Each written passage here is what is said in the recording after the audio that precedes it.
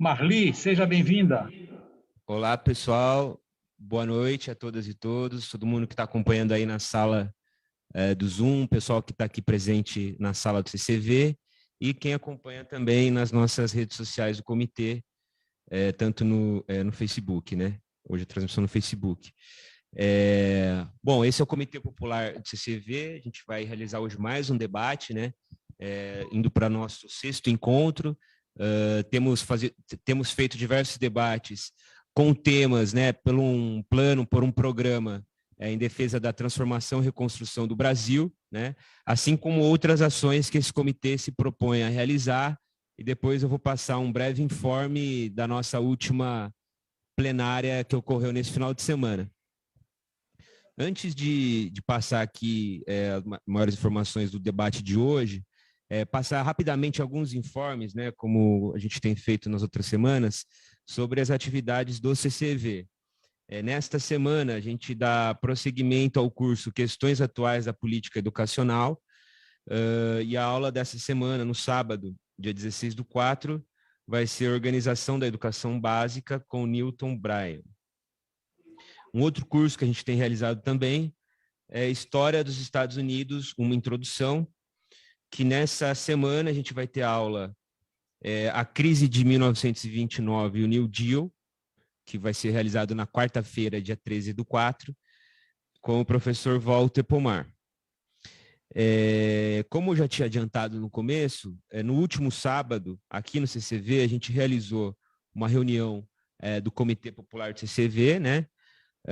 E que a gente conseguiu fazer uma avaliação dos debates anteriores que a gente teve, né? Esse é o nosso sexto, a gente realizou 5 debates semanalmente segunda-feira, né? Sempre às segundas-feiras a esse horário. A gente debateu também a possibilidade da realização de outras atividades de rua, de mobilização, né? Para ampliar e entrar em diálogo também com a população aqui do centro da cidade de Campinas. Para isso também foi apontado uma ação importante, que é fazer uma rede, né, e uma unidade dos outros comitês populares de luta aqui na cidade, para a gente articular agendas em comum ou mesmo materiais em comum para fazer uma panfletagem, né? Isso é uma outra ação que a gente vai buscar realizar. Um outro ponto ainda dessa reunião, que acho que é importante, é a gente buscar essa pluralidade e ampliar o Comitê Popular de Luta, né? Não apenas para os petistas e simpatizantes, né? E outros setores da esquerda que também queiram debater esse programa de transformação e reconstrução do Brasil. E, por fim, também, um ponto importante foi que todos esses temas que a gente tem debatido aqui no CCV, a gente tem feito relato, né? O Ronaldo, que é o coordenador do comitê, tem feito relato, e a gente, no final, né, da nossa jornada aqui, pretende, enfim, elaborar um documento com resumo das propostas que a gente tem debatido, né, em diversas áreas sociais, temas bem transversais. Então, essa foi a nossa última reunião do Comitê Popular de Luta. As próximas agendas a gente tem divulgado tanto no WhatsApp quanto também na página do Facebook, Comitê Popular de Luta CCV. Então, para as próximas ações, atividades e reuniões, a gente divulga por lá. Então, antes de passar a palavra aqui para a Jandira, só adiantar que na semana que vem, no mesmo horário, né, dia 18 de abril, o próximo tema aqui do Comitê Popular de Luta vai ser Política e Religião, a Laicidade do Estado, com Renato Simões, né, debatendo um pouco essa questão da religião e da política, né, um tema bastante atual no país. E, por fim, antes de tudo, né, agradecer aqui a presença do pessoal que está presente na sala, aqui no CCV, virtualmente, e agradecer a Jandira também por estar aqui conosco. Certamente tem muito a colaborar com a gente nesse debate. O debate de hoje vai falar um pouco sobre a reversão das prioridades orçamentárias, né? Ou seja, como que a gente tem pensado aí a retomada dos investimentos sociais nas diversas áreas. E a Jandira Uehara, né, secretária nacional de Políticas Sociais e de Direitos Humanos da CUT, vai introduzir a gente aí, apresentar um pouco esse debate. Só aquela dinâmica da gente fazer uma fala inicial e depois a gente vai recolhendo aqui comentários e perguntas para a gente devolver para a Jandira. Então, obrigado, Jandira, e boa noite. Boa noite, Daniel. Boa noite a todos e todas que estão aqui acompanhando mais esse debate, essa conversa, né? Sou aqui do Comitê Popular de Luta, do Centro Cultural Esperança Vermelha. Quero saudar inicialmente essa iniciativa, né? Isso é muito importante, acho que esse ano, que tem que ser o ano da grande virada política, né? A favor da classe trabalhadora, das classes populares, nós temos duas tarefas fundamentais, né? Nós precisamos, claro, eleger o Lula presidente, eleger o Haddad governador, uma grande bancada de deputados e deputadas federais e estaduais, senadores, governadores, mas é um ano que nós precisamos fazer muito debate político. Nós temos, quer dizer, depois dessa avalanche de destruição que tivemos desde o golpe de 2016 e que se aprofundou ainda mais com o governo neofascista, de extrema-direita, ultra-neoliberal, que nós temos hoje, né, no nosso país, fruto desse golpe, fruto de um golpe continuado, né, que começou com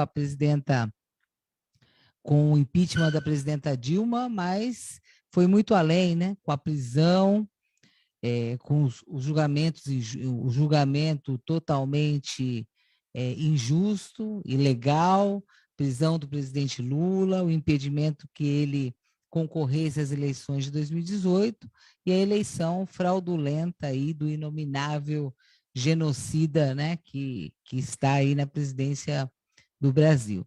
Bom, para isso, nós precisamos de ter muita luta social, né? Esse não pode ser um ano só de eleição, porque a situação da classe trabalhadora, a situação do povo brasileiro, a situação das mulheres, a situação de miséria, de desemprego, de carestia, de falta de comida no prato, exigem que a gente mobilize e organize muita luta social.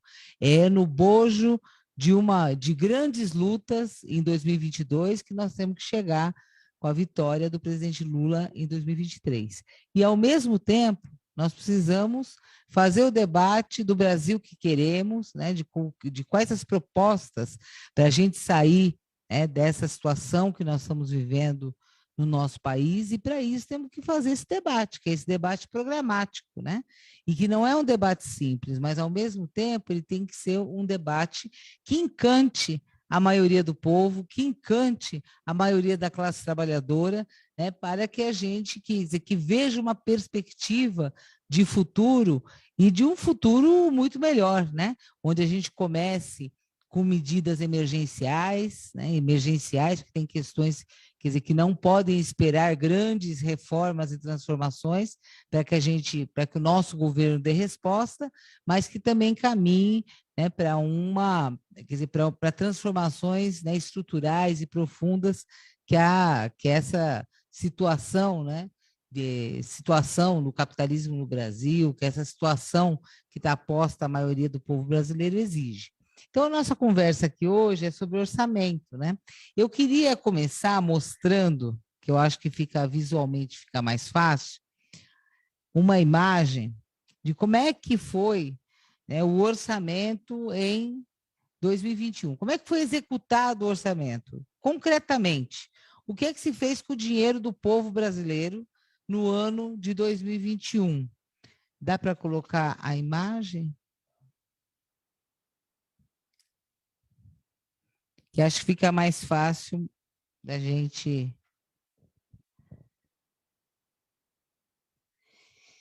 Espera um pouquinho, deixa eu pegar aqui, porque tá longe, a imagem está longe de mim aqui. Não, que eu coloco aqui no meu celular, eu já... Então, veja, essa imagem que vocês estão vendo foi o orçamento federal executado, ou seja, aquilo que foi pago, que foi efetivamente pago, né, com dinheiro público, com os recursos do povo brasileiro em 2021. E isso chegou num valor total de 3,861 bilhões de reais, né? E aí vocês vão ver, tá? Ali, aquele amarelo que corresponde à metade, né, do que foi gasto, né, pelo governo federal, que foi pago efetivamente pelo governo federal no ano passado, vocês vão ver que mais de 50%, quase 51%, foi para o pagamento de juros e amortização da dívida, né? Chegou aí a esse número astronômico de 1,960 bilhões de reais, mais da metade. Isso quer dizer o quê? Isso quer dizer que mais da metade do dinheiro do povo brasileiro no ano passado, só na execução orçamentária, porque aí vão ter outros mecanismos, foi para as mãos privadas, tá certo? Mais da metade. Foi para a mão dos banqueiros, foi para a mão daqueles, né, das classes dominantes que compram, né, os títulos da dívida pública e que têm os governos nas suas mãos, né? Aí a gente vai ver, acho que saiu a imagem, para colocar novamente, a outra metade, né, desse disco aí, desse círculo, vai mostrar onde é que é a execução orçamentária nas outras áreas, né? Então, a Previdência Social, ela respondeu por 19,5% aproximadamente, a saúde, 4,18%, a assistência social, 4,11%, outros encargos, 2,74%, educação, 2,49%, defesa nacional, 1,94%, trabalho, 1,71%, judiciário, 0,95%, administração, 0,62%, agricultura, 0,43%, segurança pública, 0,27%, e transferências a estados e municípios, 9% aproximadamente. Então, veja, gente, só esse desenho já mostra claramente qual foi a prioridade do governo federal no ano 2021, né? E a cada ano que passa, né, esse orçamento vem cada vez mais reduzido nas áreas sociais. Mas não para por aí a transferência dos recursos públicos para mãos privadas, porque dentro desse gasto com a saúde, né, de 4% aproximadamente, né, aí tem muito de terceirização, tá certo? Portanto, isso não quer dizer que esse dinheiro foi utilizado, né, para oferecer serviço público, né, de uma forma com qualidade, né? Pelo contrário, né? Esses recursos que foram utilizados mesmo nas áreas sociais, boa parte deles foi parar em mãos privadas, para dar lucro, né? E não para atender a população. Então, veja, esse é um desenho que deixa muito claro, né, quais são as prioridades desse governo. Agora, isso não para por aí, né? Se a gente for ver agora, o orçamento, esse foi o executado, né, o que foi pago em 2021, pode tirar a tela. Agora, em 2022, né, o orçamento foi aprovado, teve vetos, né, vetos do presidente, né, do presidente genocida, e houve uma redução recorde, especialmente... Acho que tem um eco.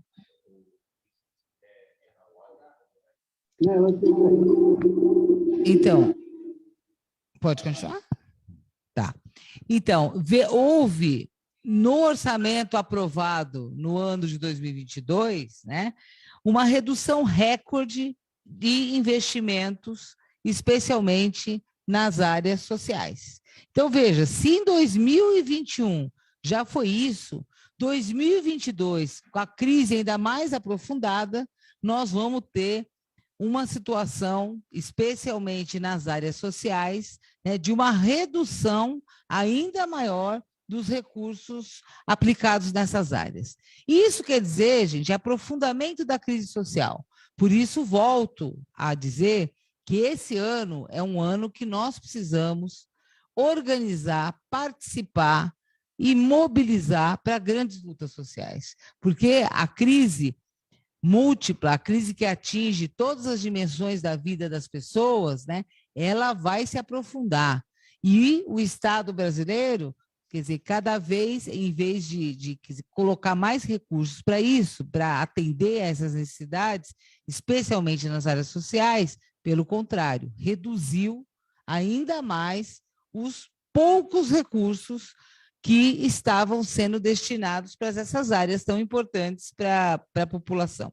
Em compensação, a defesa, ou seja, os militares, tá, tiveram seus recursos aumentados em relação ao ano passado. Né? E por que isso? Porque é um ano eleitoral e, como vocês sabem, parte da base de sustentação desse governo autoritário e genocida vem justamente dos militares. Tiveram, portanto, um aumento, né, significativo para a defesa, né? E veja, é óbvio que defesa, né, é o nome aqui institucional que se dá, né? Mas não se dá, a gente aqui não está falando de defesa, né?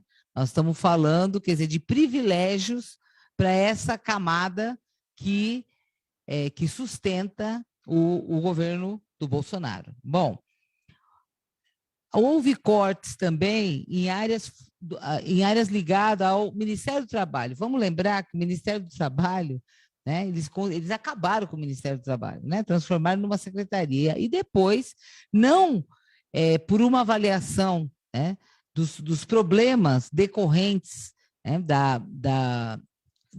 de terem exterminado o Ministério do Trabalho, mas muito por conta, né, do jogo político, né, do toma lá da cá, de poder colocar outros apoiadores desse governo no governo federal, recriaram o Ministério do Trabalho. No entanto, a redução para esse ano, principalmente na área de fiscalização do trabalho, porque eles não querem que fiscalize nada, né, inclusive várias normas regulamentadoras foram flexibilizadas, né? Normas regulamentadoras de inspeção do trabalho e de saúde também do trabalho foram flexibilizadas, né, nesse governo, reduziram, então, portanto, esses investimentos, ou para manutenção mesmo, né, da fiscalização do trabalho, o que inclusive afeta a fiscalização do trabalho infantil e do trabalho escravo.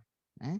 Então, veja, é muito grave, a assistência social também perdeu 105 milhões, né? Então é muito grave, né? Quer dizer, já era gravíssimo o ano passado, né? Com mais da metade dos recursos públicos do povo brasileiro indo para a banca, né? Indo para o pagamento dos juros da dívida. Aí ainda reduziram ainda mais nas áreas sociais para 2022. E né, algo que ele já vem fazendo, mas agora o escandaloso orçamento secreto. Boa parte dos recursos foram para um tal de orçamento secreto, né, que é o nome que se deu, o apelido que se deu a chamadas emendas do relator, né, ou seja, emendas que vão para deputados que ninguém sabe quem é nem o que vão fazer com esses recursos, onde esses recursos são aplicados. Né? Então, veja, além dessa situação de redução das áreas sociais, de aumento dos militares, de redução nas áreas de fiscalização do trabalho, né? Bilhões indo para deputados sem que ninguém saiba para onde esse dinheiro vai, né? E o que vai ser feito, nós sabemos perfeitamente, tá certo? Que isso se chama compra de apoio. É disso que se trata, é um escândalo a gente ter essa situação no país. Né? Não bastasse isso, também é importante dizer que o fundo eleitoral quase que dobrou, né? Ou seja, os recursos para as campanhas eleitorais, né, quase que dobraram em relação ao pleito passado, né, o que também, obviamente, faz parte, né, de toda a negociata que esse governo faz junto ao Congresso Nacional para manter sua base de apoio. Né? Portanto, vejam, isso não é uma situação qualquer. Isso é uma situação muito grave, né? É grave do ponto de vista social, é grave do ponto de vista político, né? E também, quer dizer, coloca, ao mesmo tempo que aprofunda a crise, né? Esse governo, ele articula, né? Articula uma base de apoio à custa disso, que, na verdade, nada mais é do que compra de apoio, né? Então, é uma situação, assim, muito grave que a gente vive em relação ao orçamento. Agora, eu quero lembrar uma coisa para a gente falar do futuro, né? E do que nós temos que fazer, que não é simples. O orçamento de 2023 será aprovado neste governo e com esse Congresso. Então, é bom que se diga isso, né? Então, veja, nós vamos ter um orçamento para 2023, né, com a vitória, que nós vamos trabalhar muito para isso, do presidente Lula, com um orçamento que será aprovado por este Congresso e neste governo. Isso, obviamente, vai colocar várias dificuldades. E nós, acho que a primeira coisa que a gente precisa pensar e formular, tá certo? É que mecanismos legais vão poder ser utilizados, tá certo? Para uma situação de emergência. Porque o que nós vamos viver aqui, né, já estamos vivendo, mas o que o novo governo, o governo do presidente Lula, o governo do Partido dos Trabalhadores vai ter que vir para dar soluções rápidas. Portanto, e numa situação de crise profunda, e numa situação de exceção, onde um governo de extrema-direita, autoritário, neoliberal, né, e um Congresso que apoia esse governo vai aprovar o orçamento de 2023. Portanto, a primeira coisa que tem que se pensar é como é que, do ponto de vista, né, dentro, obviamente, da legalidade, das normas da democracia, a gente vai poder, o governo vai poder ter instrumentos e mecanismos, né, para uma situação de emergência, que o Brasil já vive e que até lá vai se aprofundar muito mais. Então, acho que essa é uma discussão preliminar, né? Aí, face a isso, tem várias questões que a gente vai ter que colocar, quer dizer, que o programa vai ter que estar muito claro.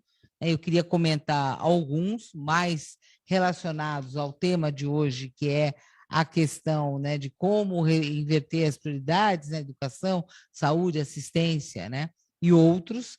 Bom, primeiro, a primeira coisa é que nós vivemos uma situação de emergência, né, e uma situação de emergência tem que ser tratada como emergência. Portanto, o governo tem que ter, o próximo governo, no programa, a primeira coisa que a gente tem que ter é um programa emergencial. Programa emergencial para quê? Primeiro, para gerar emprego rápido, renda. As pessoas precisam de trabalho. Isso vai ter que ser feito um grande esforço, tá certo? Para medidas que o próprio governo vai ter que induzir e colocar para a criação de trabalho. Comida na mesa. Comida na mesa. Quer dizer, um país como o nosso, a gente tem uma carestia, como a gente está vendo, né? Hoje saiu uma matéria no jornal Diário do ABC, da região do ABC, dizendo o seguinte, que na região do ABC, a capa do jornal Diário do ABC diz que na região do ABC, 90%, o salário mínimo, uma cesta básica custa 90% de um salário mínimo. E essa não é a situação, obviamente, só do ABC, né? Portanto, a questão da fome, a questão da comida no prato, a questão da segurança alimentar, de toda pessoa ter direito às 3 refeições decentes por dia, isso é emergencial, né? Isso é emergencial, nós temos que tratar nos primeiros 6 meses, a gente tem que ter respostas para isso. Isso passa por várias questões, né? Em relação ao abastecimento, né? O Brasil ficou sem reservas, né? Sem reservas para regulação dos preços, né? Até dos produtos básicos, arroz, feijão, etc. Então, vai ter que ter uma recomposição rápida disso. A questão da saúde, vocês viram que o orçamento da saúde, com esta situação que nós estamos vivendo, né? De pandemia, ainda vivendo pandemia, que pode ser que se transforme numa epidemia, mas cujas sequelas ainda não se ainda a gente não sabe a todo o nível, a intensidade, a amplitude das sequelas, né, da Covid, e as questões também, quer dizer, de todo o fato durante a pandemia, durante as fases mais agudas da pandemia, os outros tratamentos de saúde terem sido secundarizados ou até paralisados em muitos casos. Isso também traz uma situação, quer dizer, agrava a situação da saúde no país. E o que aconteceu esse ano, como vocês viram, foi redução do orçamento. Portanto, a saúde vai ter que ter uma prioridade máxima, né, nesse programa emergencial, né? Junto com a questão do emprego e da moradia.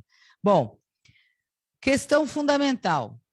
Para fazer qualquer inversão no orçamento, vai ter que tratar. Primeiro, a gente vai ter que destravar um orçamento que foi aprovado num governo neofascista e neoliberal.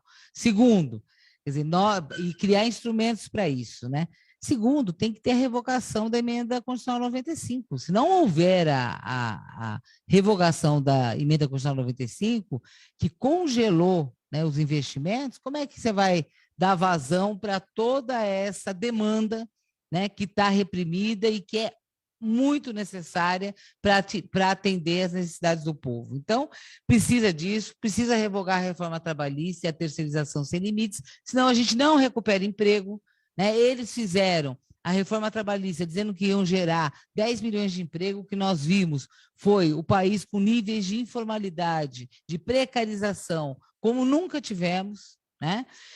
Então, assim, quer dizer, o que já era precário, né, em termos de mundo do trabalho no Brasil, ainda se acirrou, se acentuou com a reforma trabalhista e com a terceirização sem limites, além da reforma da Previdência, né? Porque, gente, a reforma da Previdência, ela inviabilizou a Previdência. Então, nós vamos ter que ter mecanismos também, né? E isso tem a ver com renda, tem a ver com o direito das pessoas, né, adoentadas e das pessoas depois na velhice, de ter um mínimo de condições de vida. Então, isso precisa ser revogado. Nós precisamos de uma previdência universal, solidária, e que não tenha relação, tá certo, com a Seguridade Social. Não pode, né, e principalmente a sua parte previdenciária, está relacionada com carteira assinada, porque senão mais da metade dos trabalhadores brasileiros que nunca tiveram carteira assinada ou tiveram períodos muito pequenos, não vão ter direito a ter uma velhice tranquila depois de ter trabalhado muito, enfim.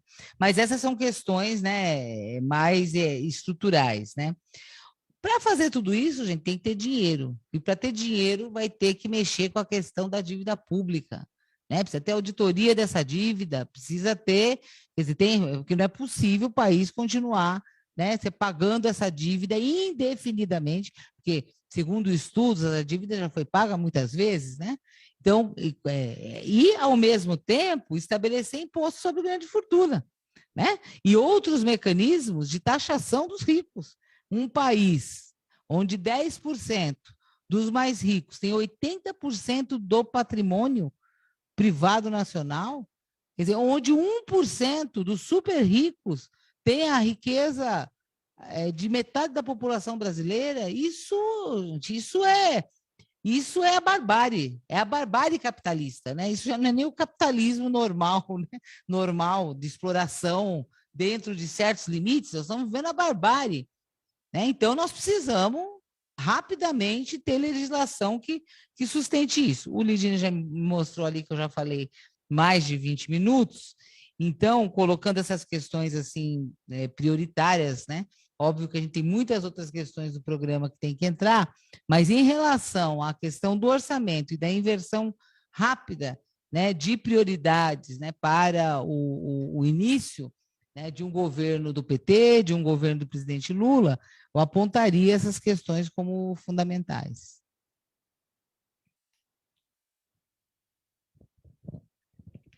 Obrigado, Jandira. Muito boa fala, porque eu acho que revela um pouco como essas questões orçamentárias, né, muitas vezes a mídia e enfim, a elite tenta passar como uma questão técnica, né, como se fosse mero números e tabelas. Na verdade, a questão orçamentária, né, eles tentam ocultar, tratam diversas questões, né, a questão política, tem uma relação muito importante com a gestão, né, que é o que você falou, não adianta só orçamento, mas tem que ser uma gestão pública desse orçamento. Enfim, então acho que isso é muito importante para a gente ver como essa disputa de interesses, né, das classes estão nessa questão do orçamento. Pessoal, a gente vai passar agora para as questões. Tem algumas questões que chegaram aqui no chat do Zoom. Quem quiser falar por áudio na sala do Zoom, por favor, levante a mão, que aí eu vou chamando aqui, tá? Enquanto isso, eu vou lendo aqui algumas questões e saudações na sala do Zoom. Bom, a Wanda Conte diz: Jandira, abraço socialista, tem muita esperança vermelha, né? Uma saudação da Wanda. O César Oda faz uma pergunta. A dívida interna continua igual desde o tempo do FHC? O Adriano Bueno faz um comentário, né? Muito pouco recurso para a cultura. Acho que ele se refere àquela questão do gráfico ali do que foi gasto em 2021. O César Oda também faz um comentário. O Manteiga quis propor a redução dos juros da dívida interna e a Dilma caiu, né? Faz essa questão. A Valquíria faz um comentário. A agricultura no Brasil virou agronegócio. A agricultura familiar teve verba cortada e o estoque regulador desapareceu. Não só pelo sucateamento do Conab, mas porque, para os donos da agricultura, o agronegócio prefere a exportação. Bom, então, não sei se consigo... Essa foi a Valquíria.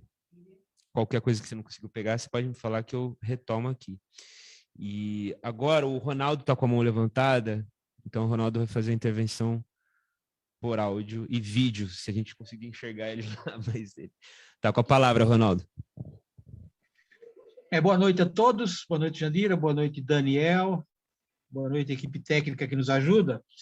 E eu queria levar esse debate um pouquinho para a área estadual. Eu entendi a proposta era debater a inversão de prioridades a nível nacional, mas eu gostaria de escutar alguma coisa também na área estadual. Por exemplo, quais os mecanismos que poderiam ser usados a nível do Estado de São Paulo para incentivar o aumento da demanda de empregos no Estado de São Paulo? Como que poderia fomentar o Estado com o orçamento que ele tem condições de fazer isso, o Estado de São Paulo, já que o Estado de São Paulo é o maior Estado em investimentos e financeiramente é o que mais arrecada. Então, essa é uma pergunta sobre a parte do emprego, né? E sobre a parte que a Valquíria já tocou, que é a parte da agricultura familiar, acho também que teríamos alguns mecanismos também estaduais para que a agricultura familiar fosse incentivada, porque o agronegócio ele é gerido a nível nacional. Já a agricultura familiar ela é feita nos municípios geridos pelo pessoal municipal e pelo governo do estado. Só a lei geral da agricultura familiar que é feita no Brasil. Então, é só para dar um foco também, além do nacional, dar um foco também no estado de São Paulo. Seria isso. Obrigado. Obrigado, Ronaldo. Aí o Toninho está com a mão levantada também, aí ele fala, depois a gente pode retornar. Pode ser? Toninho, pode falar. Boa noite. Boa noite, Jandira, Daniel, demais participantes. Bom, eu gostaria de observar inicialmente a importância dessa fala inicial da Jandira, mostrando que falar ou discutir orçamento não é simplesmente a gente elaborar uma carta de intenções, uma lista de reivindicações, etc., né? Ou seja, para a gente construir a casa não basta o projeto do arquiteto. A gente tem que ter os cálculos do engenheiro,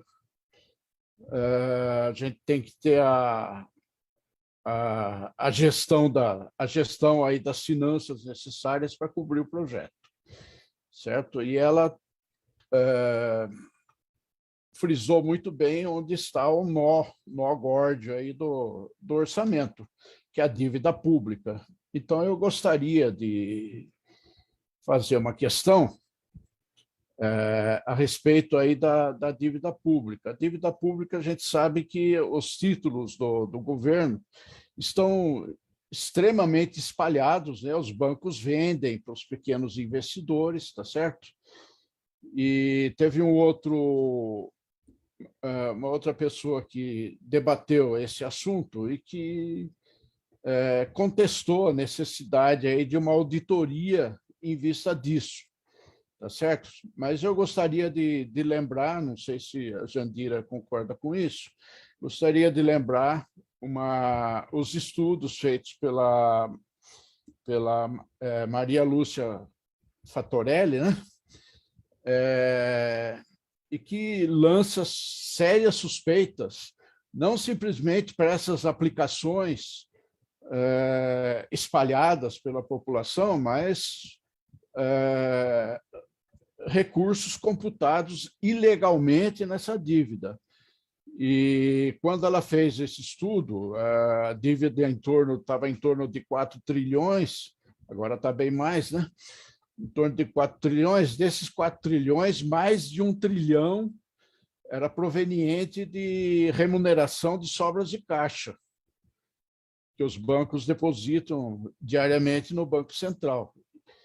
Quer dizer, uma coisa totalmente ilegal, né? Então, de qualquer forma, essa auditoria é fundamental para a gente detectar esses problemas e verificar se realmente, como disse a Jandira, essa dívida já não foi paga várias vezes. Tá certo? Eu gostaria de voltar um pouquinho nessa questão da dívida externa, porque eu acho que aí está a engenharia, né? Nós vamos pensar o projeto, né, de um programa emergencial diante do descalabro que nós vivemos, mas temos que ter a engenharia para saber de onde vamos tirar esse dinheiro. Certo? É isso. Tá certo, Toninho. Obrigado. A Valquíria levantou a mão. Eu não sei se prefere responder agora, a gente depois volta com a Valquíria. Pode ser? Não sei se... Pode ser? Pode ser, Valquíria? A Jandira faz um comentário sobre... Eu só iria complementar um pouco sobre essa questão da agricultura e trazer um pouco a questão estadual. Tá bom, pode ser, pode falar. Boa noite, Jandira. É um prazer estar de novo junto com você. Mais uma plenária. Boa noite a todos, companheiros e companheiras. Eu falo sobre essa questão da agricultura porque um dos temas mais colocados por nós na campanha, em todas as nossas campanhas, é a questão da fome, né? A gente tem um trabalho muito forte, o MST tem um trabalho muito forte, mas eu sinto que falta um pouco na gente essa questão de trabalhar um pouco mais como que vai ser o setor público da agricultura, como que a gente vai lidar com essa questão da agricultura. Por que eu falo isso? Porque eu trabalhei na Secretaria da Agricultura do Estado de São Paulo 24 anos. Né? E nesses 24 anos que eu trabalhei na Secretaria da Agricultura, eu sei a importância da Secretaria da Agricultura, principalmente para os pequenos agricultores. Né? Essa é fundamental. Eu trabalhei 24 anos e sobre o governo maravilhoso do Geraldo Alckmin, né? E alguns tucanos a mais, né? Essa coisa maravilhosa. Né? Então, agora a gente vai ter aí, junto com a gente, né, abraçado, lado a lado, um representante do agronegócio, bem grudadinho na gente, né? Que dá muita importância para o agronegócio. Mas eu acho que eu gostaria que a gente falasse mais um pouco isso, e gostaria que a Jandira traçasse um pouco sobre isso, o que ela pensa sobre essa questão da agricultura, mas enquanto organização e enquanto órgão de governo, órgão de Estado. O que ela pensa sobre isso? Porque esse é um tema que me interessa muito. Obrigado, Valquíria. Bom, Jandira. Bom, primeiro, mandar um grande abraço para a Wanda Conte, que está sempre nos debates. E é muito bom saber, Wanda, que você está aí, está aqui conosco. Bom, várias questões colocadas aqui. O César Horda e o Toninho, que tocaram nessa questão da dívida pública, né? Antes eu queria dizer o seguinte, o orçamento é luta de classes, né, gente? É uma manifestação da luta de classes, né? Quando a gente vê, quer dizer, um orçamento federal, o que foi executado, mais da metade, ir para o pagamento da dívida pública, e a outra metade, tá certo? Que também tem ali as mãos do setor privado, né, se apropriando de vários segmentos. Isso fica claro, quer dizer, como é que está se dando, né, essa luta de classes do lado de quem esse Estado está, né?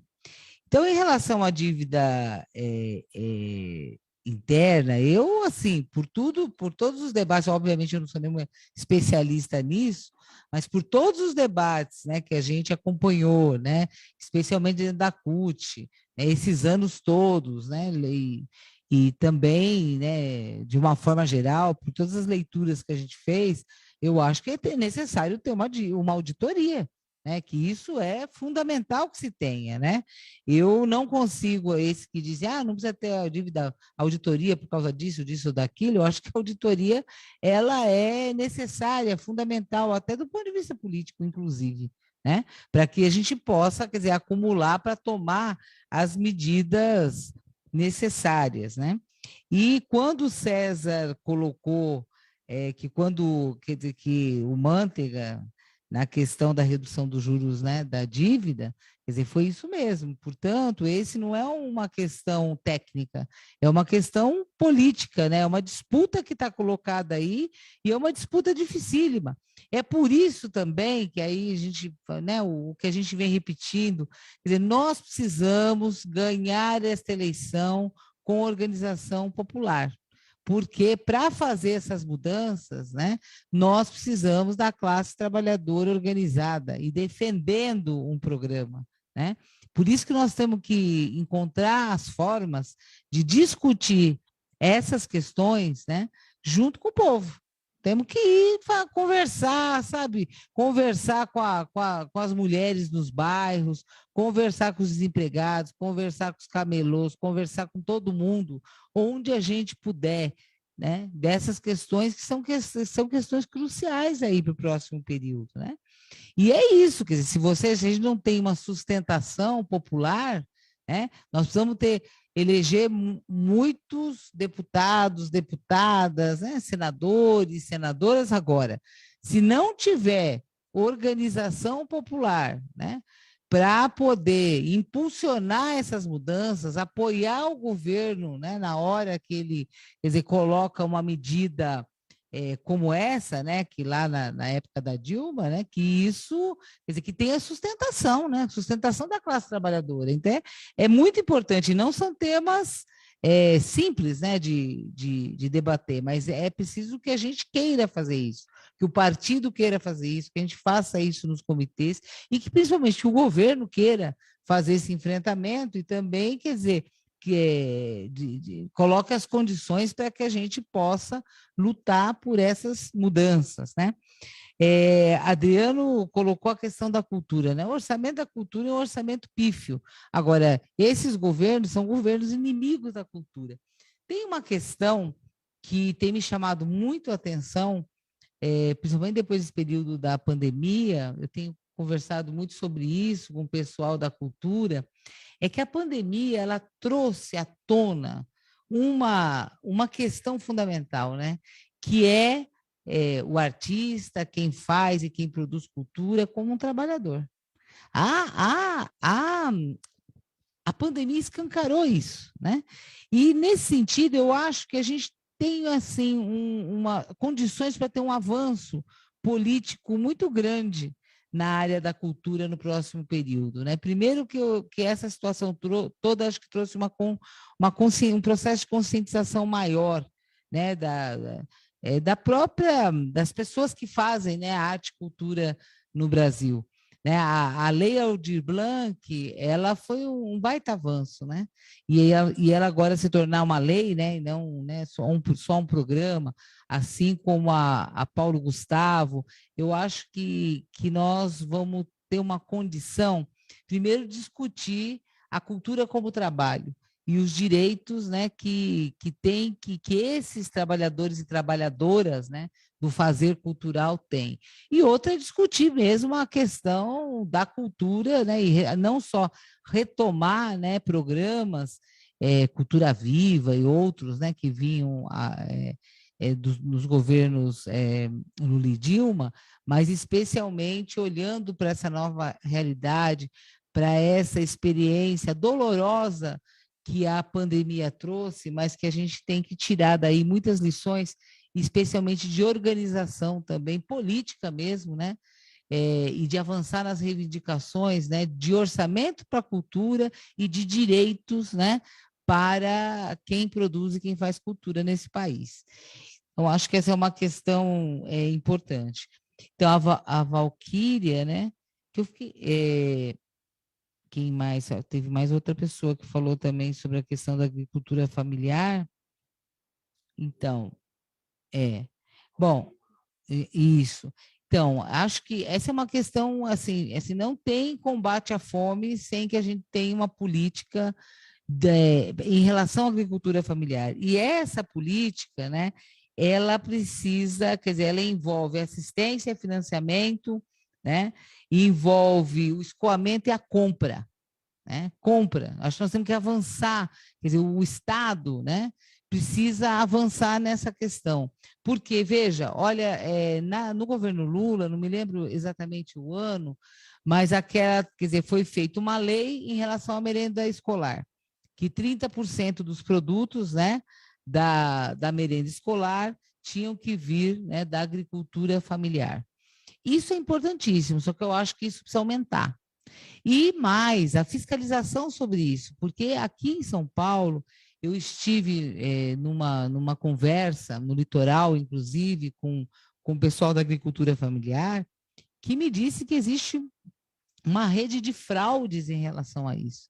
Que lá, o documento, o certificado, né, que esses pequenos produtores têm para fazer a venda direta, né, para as prefeituras, no caso da merenda escolar, são compradas por atravessadores e que, na verdade, vendem produtos que não são da agricultura familiar. Quer dizer, então, veja, olha só o retrocesso. Então, assim, acho que tem que resgatar isso, tem que ter fiscalização, tem que aumentar, tem que pensar no problema, porque tem o problema, e aí, né, quem o companheiro colocou que trabalhou na Secretaria da Agricultura, provavelmente pode falar disso com muito mais propriedade do que eu, mas assim, você tem que ter assistência, agora precisa ter financiamento e precisa ter também, pensar no escoamento dessa produção, onde é que ela vai chegar e como, né?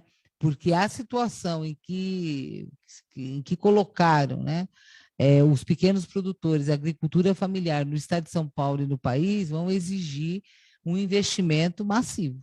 Um investimento massivo e pensar como é que vai chegar. E o Estado tem que ser o maior comprador. Não tem nenhuma dúvida disso. O Estado tem que ser porque para a gente resolver o problema da fome no país, né, vai ter que fazer isso rapidamente com o Estado adquirindo esses produtos, né, para poder distribuir, especialmente na saúde, na educação, né, em tudo aquilo que diariamente são milhões, né, de refeições que são feitas, né, para as crianças nos hospitais, restaurantes populares, mas enfim, tem que pensar no ciclo como um todo. E penso que isso é muito importante. E no estado de São Paulo nem se fala, né? Um estado está sendo dominado pelo agronegócio. Né? E esse predomínio do agronegócio, quer dizer, além de todo o problema ambiental, de todo o problema de logística voltada exclusivamente, né, para o escoamento desses produtos para fora do país, quer dizer, estão tornando cada vez mais reduzidas, né, as terras, né, estão acabando com essa possibilidade. Então, aqui em São Paulo, né, nós vamos eleger o Haddad, acho que pela primeira vez temos todas as condições de fazê-lo. Essa questão, ela tem que estar, ela é central. Ela é central, inclusive, para a gente poder, no interior do estado, né, ter outra qualidade de vida, projetos, por exemplo, que incentivem jovens a vir para o interior, mas para ter uma vida digna, trabalho decente, trabalho voltado para a agricultura, para a agroecologia, né? E acho que nós precisamos também, a agricultura familiar não significa que não se use agrotóxicos, né? A gente sabe que tem. Então, assim, também, né, o investimento na questão da agroecologia, envolver, né, setores da juventude em projetos, né, de trabalho para o interior de São Paulo, né? Bom, enfim, é muita coisa que a gente precisa fazer, mas precisa começar a fazer. E se começa a fazer as mudanças no primeiro dia. O Ronaldo colocou uma questão muito importante, né? Quais os mecanismos do Estado de São Paulo, né, para a criação, para a geração de emprego, né? E isso é muito importante. E aí eu vou recomendar fortemente, lá na minha página, né, do YouTube, lá é Jandira com Y, só isso. Lá tem um debate do Brasil que Queremos, que foi sobre a reforma trabalhista, com a professora Marilane Teixeira, aqui do CESIT, da Unicamp, e o Sérgio Nobre, que é o nosso presidente da CUT. Recomendo muito que todo mundo assista a fala da Marilane Teixeira, e uma perspectiva, acho que é legal até um dia convidá-la aqui, viu, para um debate aqui no Centro Cultural Esperança Vermelha, que ela coloca, e acho que não é uma posição só dela, mas de outros economistas do CESIT, né, que o Estado precisa criar emprego. O Estado de São Paulo tem todas as condições de criar, de regular emprego. E fazer a regulação, assim como se faz regulação, né, de outras questões, de outros setores na economia, como é que, quer dizer, que o Estado, e um Estado como o Estado de São Paulo, tem toda a condição de fazê-lo, né? Então, acho que essa é uma perspectiva muito importante, né? Não é só um problema, olha, então, vamos aumentar o consumo, aí gira emprego, desenvolvimento, não, é muito além disso. A questão do trabalho, ela tem que ter centralidade em qualquer projeto, né, que seja da classe trabalhadora. A questão do trabalho é central para as mulheres, para a autonomia das mulheres. Como é que as mulheres vão ter autonomia? Existe feminismo sem autonomia, e a autonomia passa pelo trabalho, né? Então, assim, essa questão, ela é uma questão que a gente tem que começar cada vez mais a entender a relação, né, do trabalho, do direito ao trabalho, da centralidade do trabalho, que faz parte, né, de todos os processos que a gente precisa, tá certo? Para ter as condições, né? Nós não queremos um mundo, é muito importante a gente ter renda básica, né? Ter auxílios, né? E nos momentos de crise. Óbvio que nós somos totalmente favoráveis a isso e achamos mesmo que nós vamos precisar, né, de retomar, né, programas como o Bolsa Família, né, que foi totalmente descaracterizado aí nesse governo, e outros mais. No entanto, o que nós queremos é trabalho, né? Não é auxílio nem isso é emergencial, é para um momento ou para garantir o mínimo que todo mundo tem que ter. Mas nós queremos trabalho, trabalho qualificado, trabalho decente, que isso, para isso, nós estamos num processo de reindustrialização do país. E, obviamente, que São Paulo, até pelo seu parque industrial já instalado, né, que precisa ser reconfigurado, né, precisa ser reformulado, mas tem um parque industrial instalado que, obviamente, vai puxar, né, o processo de industrialização no Brasil, e deve fazê-lo, né? Agora, é claro que tem que pensar que indústria é essa, né? Um exemplo que é chocante, que também veio à tona com a pandemia. A indústria da saúde, quer dizer, respirador não é algo que exige grandes, né, uma altíssima tecnologia. E nós não produzíamos respirador no país, não tinha nem condição. Olha quantas milhares de vidas foram perdidas por falta de respirador, né? Então, por exemplo, a indústria da saúde, a saúde, quando a gente pensa em saúde, a gente não pensa... a gente tem a questão do atendimento, atenção básica, atenção secundária e tudo mais. Mas tem toda uma cadeia produtiva, tá certo? Uma indústria da saúde, né, que a gente, por exemplo, deveria desenvolver, e o Estado de São Paulo teria todas as condições de fazê-lo. E isso envolve a indústria metalúrgica, a indústria química, né, e outras mais, né, decorrentes disso. Então, ou seja, essa questão do trabalho, ela está ligada ao processo de industrialização, ela está ligada ao processo, quer dizer, do próprio Estado, né, na criação de emprego e também, né, de trabalho, também de trabalho socialmente necessário. Nós também temos isso, né? E isso, o trabalho socialmente necessário, quer dizer, isso tem em todas as áreas, né? Na cultura, no esporte, mas eu quero falar de uma que eu acho que é muito importante, né? Uma das características do nosso estado, de São Paulo, é a questão demográfica, né? Nós, em poucos anos, menos de uma década, teremos mais pessoas acima de 60 anos do que 0 a 14. Em algumas regiões do estado, isso já vai acontecer nos próximos 4 anos, né? Então, veja, isso vai demandar uma política, tá certo? Por envelhecimento saudável, digno, né?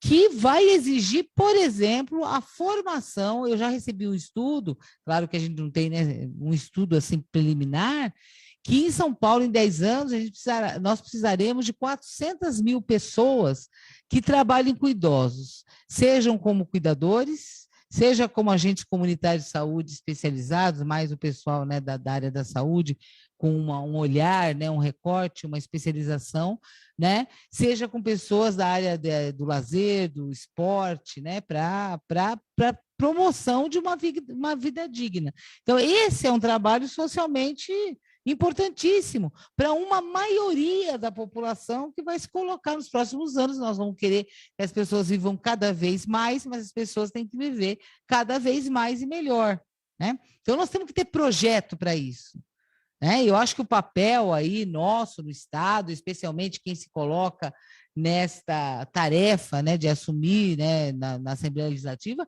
primeiro, a gente tem que estudar, destrinchar tudo isso e propor política do bem viver, política do bem-estar social, tá certo? E tudo isso, na verdade, tá, como diz a moçada, junto e misturado, né, com as políticas econômicas do Estado, com as políticas de reindustrialização. Tudo isso é um todo, e que a gente se acostumou a olhar tudo compartimentado, né? Como é que nós vamos ter política, por exemplo, né, para mulheres, né, se a gente não tiver esse olhar, né, do trabalho para as mulheres? Por exemplo, as mulheres vítimas de violência, nós precisamos ter as casas-abrigo, precisamos ter as casas de passagem. Agora, isso é para um período, né? Para a pessoa se recompor, né? Para a pessoa, quer dizer, ter todo o atendimento que precisa para superar, né, a situação física, psicológica da violência, mas ela precisa recompor sua vida, e isso vai ser através do trabalho, né? E aí também eu queria chamar a atenção ainda nessa questão do trabalho sobre a questão da economia solidária, né? Nós precisamos, eu acho que nesse momento, é muito importante por vários aspectos. E aí é a mesma coisa da agricultura familiar, né? Precisa pensar em financiamento, condições para produção, escoamento, onde vão, como, né? Como vai se vender esses produtos, onde, quais são os produtos, né? Que, enfim, que devem, que podem, que são agora muito necessários, né? De consumo, e como produzir isso, enfim. E também, quer dizer, tem todo esse aspecto econômico, mas também tem um aspecto político muito importante. Todas as experiências autogestionárias, de economia solidária, de trabalho solidário, elas são muito importantes para a vivência da classe trabalhadora, né? Se nós queremos transformar a sociedade, nós não podemos viver nessa seca neoliberal. Nós temos que criar, e aí os nossos governos, aí municipais, governo estadual, governo federal, a gente tem que incentivar, a gente tem que criar as condições econômicas, né, de estrutura nos territórios, para que essas experiências, tá certo? Que confrontam a lógica do capitalismo, né, neoliberal, tá? Elas se coloquem. Isso é muito importante como experiência para a classe trabalhadora. Assim como ocupação de fábricas, né? Assim como quando os trabalhadores assumem, né, uma fábrica que faliu, lá em Diadema nós vivemos isso, inclusive o governo Lula é que criou, né, as condições lá na fábrica da forjaria da Conforge e outras mais. Quer dizer, ou seja, essas vivências, elas são muito importantes. E, nesse sentido, a economia solidária, que grande parte, tá certo, é produção de mulheres, né, que são as mais afetadas pela crise econômica, social, política, cultural nesse país, né? Quer dizer, grande parte das mulheres, né, que estão hoje na economia solidária, a gente tem que impulsionar isso, impulsionar para criar condições de vida concreta e de experiências solidárias, né?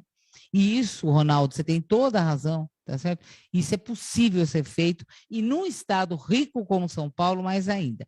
E aí, para finalizar, também lá na nossa página, nós estamos fazendo uma série de debates aí pela Associação de Estudos Página 13, como superar a herança tucana no estado de São Paulo. E já fizemos, salvo engano, foram 5. E todos esses temas, inclusive do orçamento no estado de São Paulo, que foi feito pela companheira economista maravilhosa, Patrícia Pellatieri, do Diese, tá certo? Que ela mostra ali muito claramente, quer dizer, que o estado de São Paulo tem recursos, né? O problema é que esses recursos são todos desviados, né? A maioria deles desviados para o setor privado, através de desonerações fiscais, sem nenhum tipo de contrapartida, através de privatizações e através de terceirizações, especialmente na área da saúde. Dinheiro tem, né? Agora, ele a palavra correta é desviado, né? Legalmente, entre aspas, tá certo? Para o capital privado, né? E as políticas, assim como no governo federal, é importante que se diga, que o tema que era para discutir o orçamento federal, mas vale a pena assistir esse programa da Patrícia falando sobre o orçamento de São Paulo, que é mostrar o seguinte, que eles também, quer dizer, o orçamento de todas as áreas sociais. Então, é aprovado 100, é executado 70. Então, além de aprovar orçamentos, tá certo? Aquém das necessidades, né, para aquelas políticas sociais, eles não são plenamente executados, né? Eles não são plenamente executados. E para onde vai esse dinheiro? De novo, por algum mecanismo desses que a gente colocou, né? Pagamento da dívida pública, que foi da dívida, ou desonerações fiscais sem contrapartida e terceirizações e privatizações vão para o capital privado.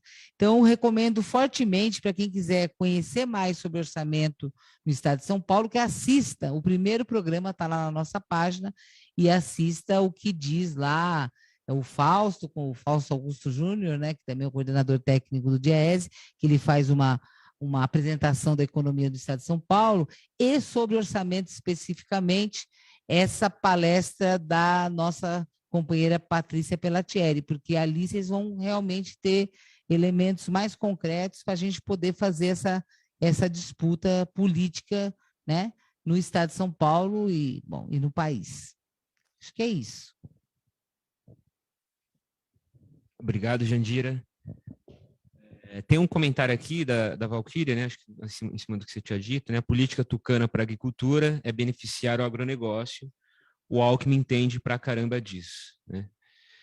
Pessoal, a gente está chegando ao fim. Ainda quem quiser fazer alguma questão, pode levantar a mão ou chat. Eu tenho uma questão, na verdade, mais uma pergunta, outra um comentário, né? Um pouco, na minha opinião, assim, acho que você já tratou bem assim, na primeira fala de apresentação, essa relação entre o orçamento e a gestão, né? Pública ou privada desse orçamento. Porque a impressão que dá desde o golpe de 2016, né, e mesmo antes, né, nos regimes neoliberais, é que sempre existe uma dinâmica que é primeiro a direita, de certa forma, priorizar o orçamento para pagamento da dívida, para os banqueiros, para os grandes empresários, reduzindo os investimentos sociais, né, ou maquiando isso, que é muito comum também, né, nas esferas maquiar isso.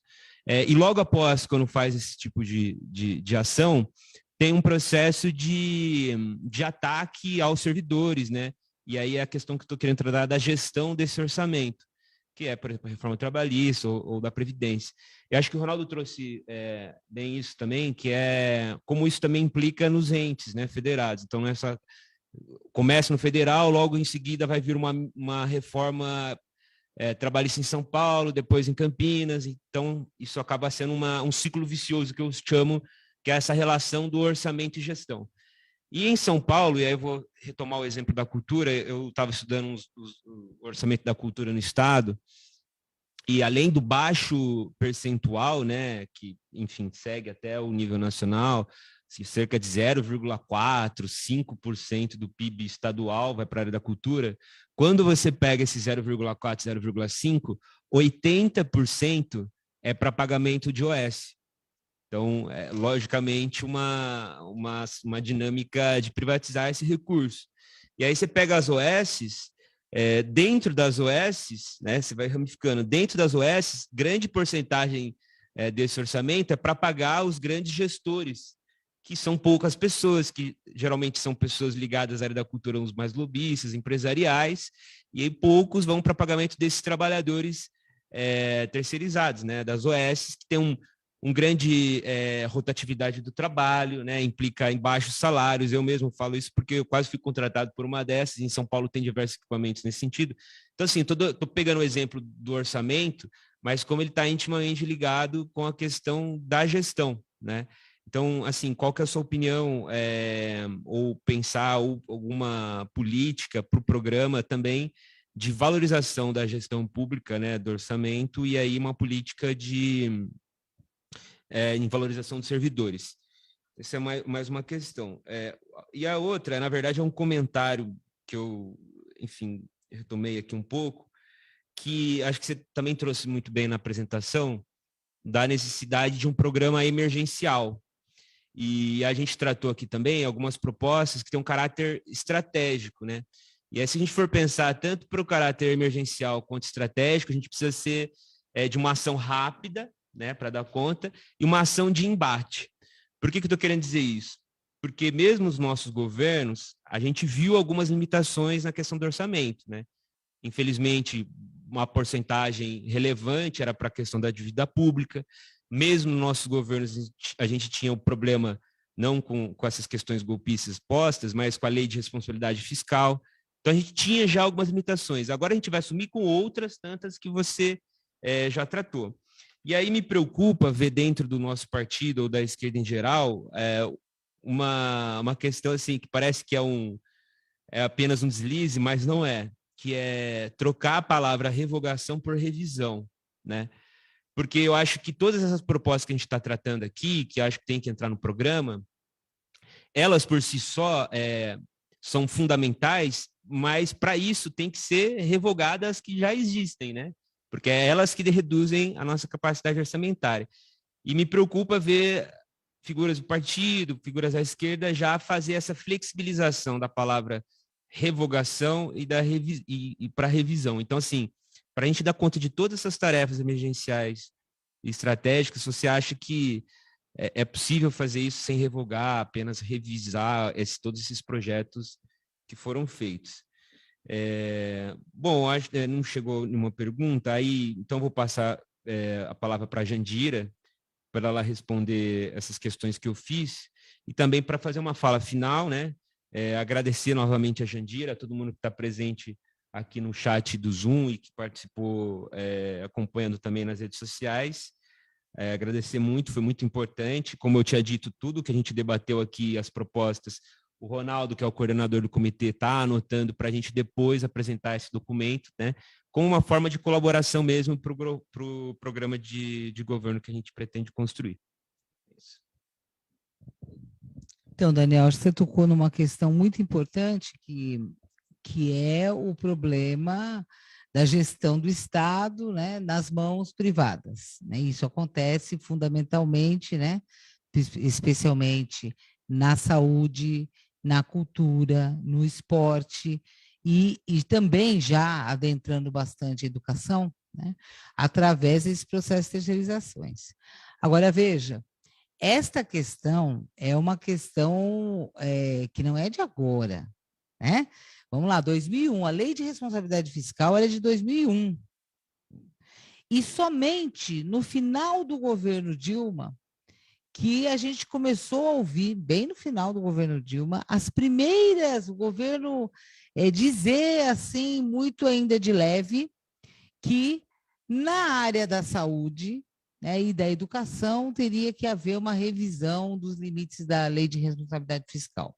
Porque, gente, a Lei de Responsabilidade Fiscal ela é incompatível, tá certo, com a ampliação do serviço público com qualidade e com servidores, leia-se, professores, auxiliares de enfermagem, enfermeiros, médicos, né, todas as pessoas, né, merendeiras, né, quem cuida da parte de manutenção, né, dos prédios, valorizados, né, e bem remunerados. É impossível, é incompatível, não dá. Né? Por quê? Ora, se você não pode ultrapassar, tá certo? O limite total de 54%, né? Mas é bem menos que isso, né? Na verdade, já começa antes as sanções. E folha de pagamento, fundamentalmente a saúde e a educação, os maiores gastos, os maiores investimentos têm que ser em pessoal. Não tem outro jeito, né? Não tem máquina que alfabetize, né? Ou que, quer dizer, não existe isso. Tem que ser lá o professor, a estrutura toda da escola, a mesma coisa na saúde. Bom, e nos outros setores, né, também. Aí o que acontece? A lei de responsabilidade fiscal, ela é uma lei indutora da terceirização. Ela é indutora da terceirização. Ora, ela foi criada, ela foi feita para isso, ela não foi feita para ter responsabilidade com dinheiro público, para nada disso. Isso tudo é balela, é falácia. Ela foi criada para induzir o processo de terceirização, tá certo? Que é o meio, né, que o neoliberalismo tem de se apropriar, um dos meios, né, de se apropriar da gestão do Estado, é o principal meio que tem de apropriação da gestão do Estado. Então, basta pegar o que foi o processo de terceirização, né, historicamente, depois de 2001, e que é isso, adentrou todos os setores, né? E a primeira coisa que o governo quiser fazer para combater o neoliberalismo vai ser propor um programa de desterceirização. Né? Do mesmo jeito que os neoliberais fizeram os programas de desestatização, nós vamos ter que propor programa de desterceirização, porque isso não se faz da noite para o dia. Não se faz da noite para o dia. Alguém acha que na saúde, que é o setor mais atingido pela terceirização, é possível falar, não, ó, assumimos aqui hoje, não tem mais nenhuma OS. Não, você vai ter que fazer concurso, você vai ter que recompor os mecanismos de gestão, porque a terceirização, ela inicialmente, ela era como se fosse um agenciamento de trabalhadores, né, da dita mão de obra, né? Tá certo? Então, não é tão, tal, então contratava. Agora, eles entregam a gestão pública na mão das OSs. Então, a isso cria processos, né? Aí só. Veja, os processos de trabalho dessas OSs são idênticos. Eu queria mesmo ter tempo para estudar isso, porque cada vez que eu chego numa unidade, especialmente da saúde, tá certo? Que é gerida por uma OS, não é só o caso, o gerenciamento é, por exemplo, da prefeitura, né? Mas os trabalhadores estão ali, parte terceirizada, parte não, já é um problemaço. Não, agora passar a gerência, eles vão... O sistema de trabalho, você pegar o sistema de trabalho de um banco, é igualzinho. As metas, a pressão, e isso é incompatível com a humanização do serviço público. Então, aí eu fui esses dias numa pré-conferência de saúde mental, eu não aguentei, né? Porque eu falei, gente, a humanização, né? Imagine, saúde mental, depois de uma pandemia que ainda, quer dizer, aprofundou ainda mais, né, esses males. Então, você precisa ter acolhimento, você precisa ter humanização. Tá, como é que aquele trabalhador que tem 15 minutos para atender uma pessoa e não pode passar disso, porque se ele não atender a meta que está colocada pela OS, tá certo? Ele vai ser punido e aí pode ser demitido a qualquer hora, fora outras coisas. Tudo ali, milimetrado. Visitas nos bairros das agentes comunitárias de saúde, onde isso ainda existe. Tá certo? Tudo, quantas visitas tem que fazer por dia? E se você chegar na casa da pessoa e a situação, entendeu? Exige que você fique lá por muito mais tempo. Então, assim... Então, é incompatível atendimento humanizado com processos de trabalhos impostos por essas terceirizadas. Então, assim, primeiro problema é esse. Agora, aquilo que você falou, quer dizer, que é isso. Então, assim, para a gente poder reverter esses processos de terceirização, e aí, na área da cultura, do esporte, isso é mais grave ainda, porque, veja, como são áreas que tem uma parcela, né, de trabalhadores, de produtores, né, que necessariamente não vão prestar um concurso para realizar um trabalho, a precarização é maior ainda, entendeu? Porque uma coisa é você contratar o bibliotecário, né, o historiador, o agente de cultura como um organizador de processos. Outra coisa é, né, quer dizer, aqueles que vêm, né, os oficineiros, né, esses também pode ter uma boa parcela deles, pode até ser via concurso, outras que são de movimentos mais... Mas você tem que criar outras maneiras, que não pode ser via OS. Nesse sentido, eu não sei, aí eu quero debater com o pessoal da cultura, nós estamos preparando, inclusive, né, o que nós vamos propor para a da cultura. E uma coisa que, assim, é a questão, por exemplo, de projetos, claro que faziam parte de um todo maior, mas o ponto de cultura, sabe? A gente tem outras maneiras, tá certo? De editais. Agora, os editais têm que ser democratizados, né? Os editais têm que ter critérios, assim, tem que abranger, né? Muita gente fazendo, né? Muita gente fazendo. E, assim, porque nós temos que respeitar esses processos de trabalho, e essa produção enquanto trabalho. Mas, ao mesmo tempo, a gente também tem que ter autonomia, né? Porque também tem certos setores, e na cultura eu acho que tem que ter uma medida, um equilíbrio muito grande, que você não pode chegar e falar, não, agora aqui vai ser o jeito que a prefeitura quer, o jeito que o Estado quer. Aí você também vai quebrar os processos que tem que acontecer, né? De outra maneira, né? Os processos de organização de criatividade de produção, né? Que não pode ser estatais. Mas isso não pode se confundir com precarização e com desvalorização desse trabalho. É isso que você falou, pega para a OS, os tais gestores ficam com tudo e o pessoal né, que produz, que faz né, o fazer cultural, totalmente precarizado, tá certo? Praticamente ali com uma coisa que não é possível nem sobreviver. Então, essas coisas têm que ser profundamente revistas, né? E terceirização não é modelo para nenhum setor do setor público. Muito embora, obviamente, que a gestão da saúde, a gestão da educação é diferente da gestão da cultura e do esporte, né? Então, agora nós temos que encontrar os mecanismos que não sejam mecanismos de matriz neoliberal, mas naquela perspectiva da auto-organização e da valorização, tá certo? desse fazer, com direitos, né? Que isso a gente tem que ter uma nova geração de direitos, inclusive previdenciários.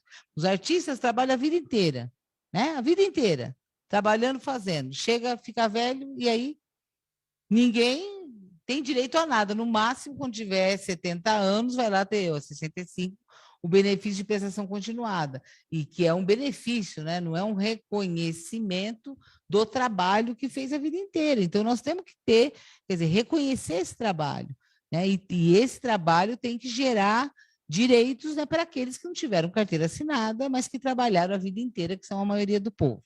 Então, só para finalizar mesmo, a gente fala para caramba aqui, já não sei quanto tempo já deu, mas eu quero agradecer demais, tá, a presença aqui e dizer que a nossa tarefa é essa, é debater, é levar, sabe, a gente precisa levar encantamento, esperança de verdade, sabe, de que dias melhores virão e que dias de transformação, nós não podemos, assim, os dias melhores virão para já, mas nós queremos mais que isso. Nós queremos uma transformação profunda, radical. Agora, para isso, as pessoas têm que se encantar, as pessoas têm que acreditar, né? O povo e a classe trabalhadora têm que saber da sua força, né, política, né, da sua força coletiva, para a gente poder fazer uma transformação para muito além de dias melhores com trabalho, com comida no prato, mas que a gente caminhe mesmo para uma sociedade sem opressão de nenhum tipo e sem exploração de classe. E o nome disso é socialismo,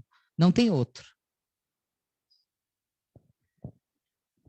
Muito obrigado, Jandira. Muito importante a fala, muito inspiradora, né? Fazendo uma retomada, né, da questão de que o orçamento não é algo técnico apenas, né? As relações políticas e, enfim, nas diversas áreas sociais. Então, agradecer demais aqui, falar que tudo que a gente debateu hoje aqui, a gente vai incorporar, né, num relato final nesse documento. Para quem está assistindo também ou quiser compartilhar para outras pessoas, acho que é importante, né? para a gente, enfim, ampliar. E só para finalizar, dizer que na semana que vem o convidado vai ser o Renato Simões para falar sobre política e religião, a laicidade do Estado. Mesmo horário, às 19h30. Então, obrigado. Agradecer também o Júnior e o Marcos, que está aqui no backstage aqui para produzir essa live de hoje. Então, muito obrigado a todas e todos. Fora Bolsonaro. Fora Bolsonaro. E só uma questão que eu esqueci na apresentação, total solidariedade ao acampamento Marielle Vive, né? Que no dia de ontem teve 2 ataques a tiros. Então, enfim, direito à terra, à produção, tudo que a gente debateu, né? É uma questão legal, né? E direito à vida é fundamental. Então, total solidariedade aqui ao acampamento Marielle. Exigir que tomem as providências. Exatamente, exigir que tá. Até agora a prefeitura de Valinhos não se posicionou, não tem dado resguardo, né? Então tem até uma campanha nas redes aí para marcar a prefeita de Valinhos para a gente cobrar que isso seja, né, um crime, seja, enfim, investigado e exigido aí todo a proteção e as condições, né? Tanto que teve um fato lamentável que as próprias crianças ficaram com medo de ir à escola, né? Então, um acampamento que tem diversas famílias, idosos e crianças, então é fundamental. É isso, pessoal. Boa noite e até a próxima. Boa noite, fora Bolsonaro. Boa noite, fora Bolsonaro.